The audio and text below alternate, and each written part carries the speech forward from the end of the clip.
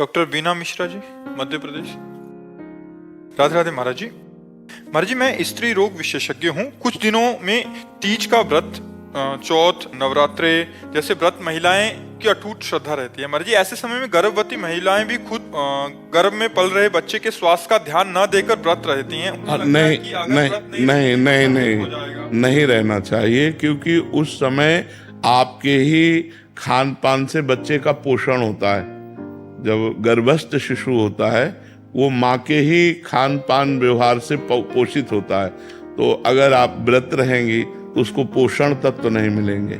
जो गर्भस्थ शिशु को है उसे पोषण तत्व ना मिलने के कारण उसमें बीमारियां आ सकती हैं, कमजोरी आ सकती है और अधिक पीड़ा उसको होगी, क्योंकि पोषण तत्व माँ से ही मिलते हैं। तो हमारी समस्त माताओं से प्रार्थना है कि जब गर्भ हो तो सबसे बड़ा व्रत आपका है उस गर्भस्थ शिशु का पोषण करके उसका जब जन्म दे दें और वो हमारे राष्ट्र के काम आवे, हमारे देश की सेवा करने लायक बने, तो ये बहुत बड़ा व्रत हो गया।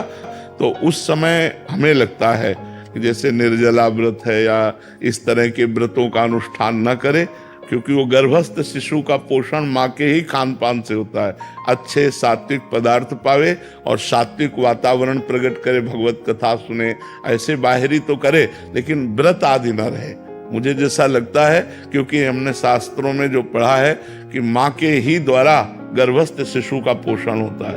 तो अगर आप 9 दिन व्रत रहेंगी तो उस गर्भस्थ शिशु को वो पोषण तत्व तो नहीं मिलेंगे। तो इसलिए अब जैसे करो तो हमें लगता है कि माताओं को बाहरी आराधना करनी चाहिए, जैसे भगवान नाम कीर्तन है, पाठ है, पूजा है, ये सब करे, लेकिन खान पान में अपने लिए तो संयम कर सकते हैं, लेकिन उस गर्भस्थ शिशु के पोषण के लिए जैसे हम औषधि आवश्यक है ऐसे वो भोजन आवश्यक है, पोषण तत्व तो आवश्यक है उस बच्चे को। तो हमें लगता है उन दिनों व्रत नहीं रहना चाहिए।